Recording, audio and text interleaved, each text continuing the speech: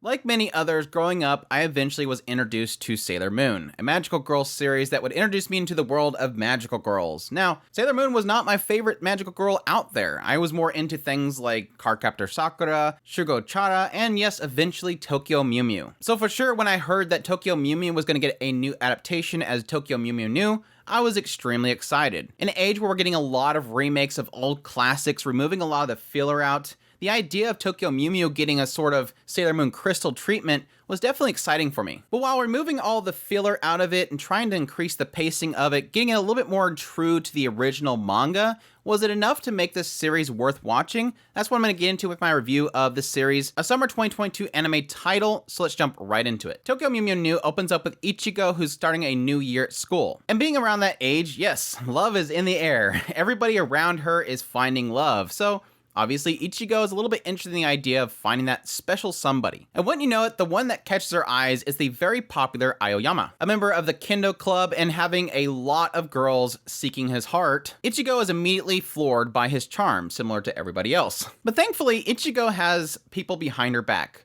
Friends that, despite the fact they know this guy is completely out of her league, try to help her figure out a way of catching his interest. And what we find out is that Aoyama is actually really into preservation. Preservation of so many wildlife out there that are going extinct. So with a little help from a random stranger, Ichigo gets some tickets to take Aoyama to a exhibit showing off a lot of endangered species. What Ichigo doesn't know is that this random stranger is actually trying to get her, along with many other girls, to come to this exhibit to zap them with this DNA altering device. And this DNA altering device will eventually turn these girls into Mew Mews, a group of magical girls that will fight back against something that is threatening the Earth, infusing them with the DNA of endangered species. So what comes from this is Ichigo, while trying to find love, at the same time she's having to fight back against the alien force that is constantly invading, seeking out the other members of the Mew Mews, and yes, ultimately trying to keep their identity a secret. She's joined by Mint, this very prim and proper girl, Pudding, the goofy entertainer, Lettuce, the more timid and very insecure girl, and yes, eventually trying to pull in Sakura, who is this famous celebrity. So my thoughts on Tokyo Mew Mew New. Honestly, a lot of my thoughts on this series is going to be swayed a little bit by the idea of nostalgia. I love the original series so much. At the same time, I really do appreciate all the work they've done to really modernize this series. Yes, the pacing feels a little bit fast, but at the same time, you do have to take consideration that the original manga series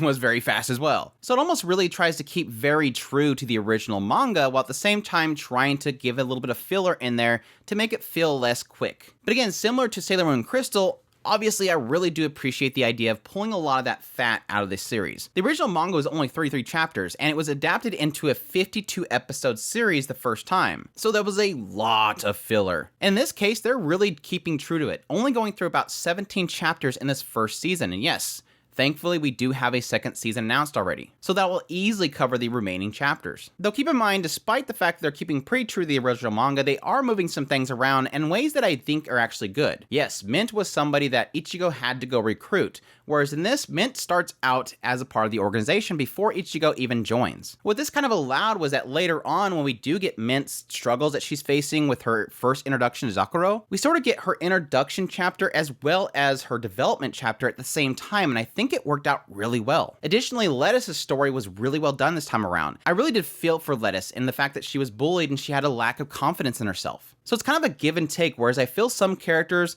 are introduced much better than the original series and the original manga. There is some times where I feel like the pacing's a little bit too quick, not allowing the characters to really feel into the situation they're in. And the overall story and plot's kind of trying to move things along. So I feel like in one hand, I feel like this is much better paced, it's moving things along quicker, we're cutting out a lot of the fat. There is times where I feel like we could spend a little bit more time developing certain aspects, including Ichigo and her relationship with Aoyama. Yes, technically true to the original, Ichigo gets pulled around a lot. Shirogane, Aoyama, and yes, even the enemy that they're facing all seem to be pulling her in different directions emotionally. And sometimes it can feel like it comes off as just being very pushy, instead of actually developing a little bit.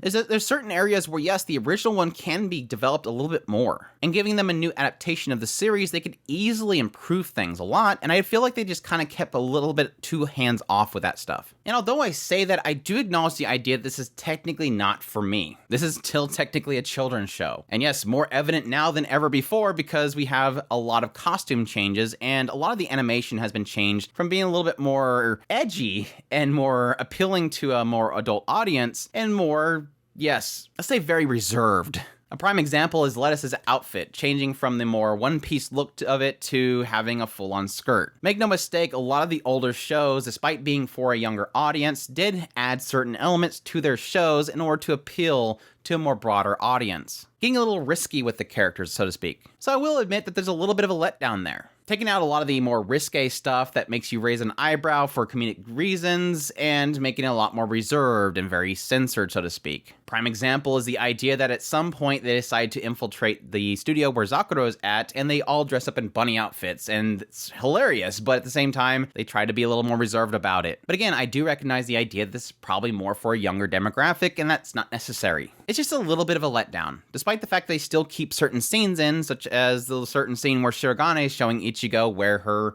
mark is at. In the end, being brutally honest, putting aside my nostalgia glasses, because obviously I'm going to enjoy this show just based on my love of the series that I originally had when it first aired. I can't necessarily say that there's anything here that somebody's going to find amazing. This isn't a Madoka, it's not going to shock you, it's not going to do something super incredible.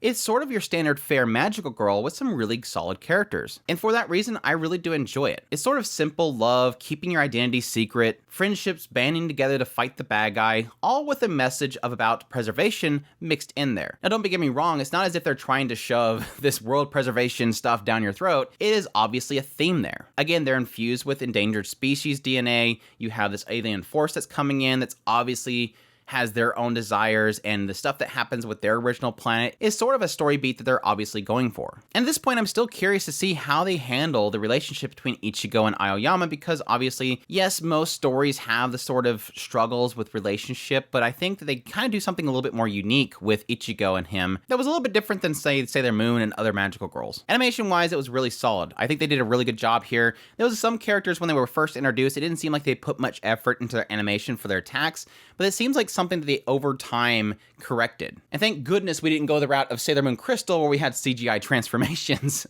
Thank God. One thing I will say was that I was incredibly impressed by the seiyus for the main cast. For Tokyo Mew Mew, they decided to go out and get new seiyus to actually voice the roles. And each one of them did a really incredible job of portraying their characters. I think the only one that I struggled a little bit with was Pudding. While she did nail the Genki nature of Pudding, it was whenever she was talking a little bit more normal and less Genki that she felt a little bit off. But overall, I really think they did an incredible job, especially Ichigo. She did an incredible job portraying the character, the emotions, the excitement, anger that she's kind of facing. With that said, that's my review of technically the first season of Tokyo Mew Mew. I hope you guys enjoyed this video. As always, if you did, make sure to hit that like button down below. Comment, let me know what you thought of this series if you're going to be checking it out. Additionally, if you're new to the channel and you have not already, I would appreciate if you hit that subscribe button so you get all my content. I do news, reviews, first impressions, top list. If it's anime, it's pretty much here. Additionally, if you want to support the channel more, we have a Patreon link, a tips link, and a super thanks button down below. I greatly appreciate everybody that does, and y'all take care.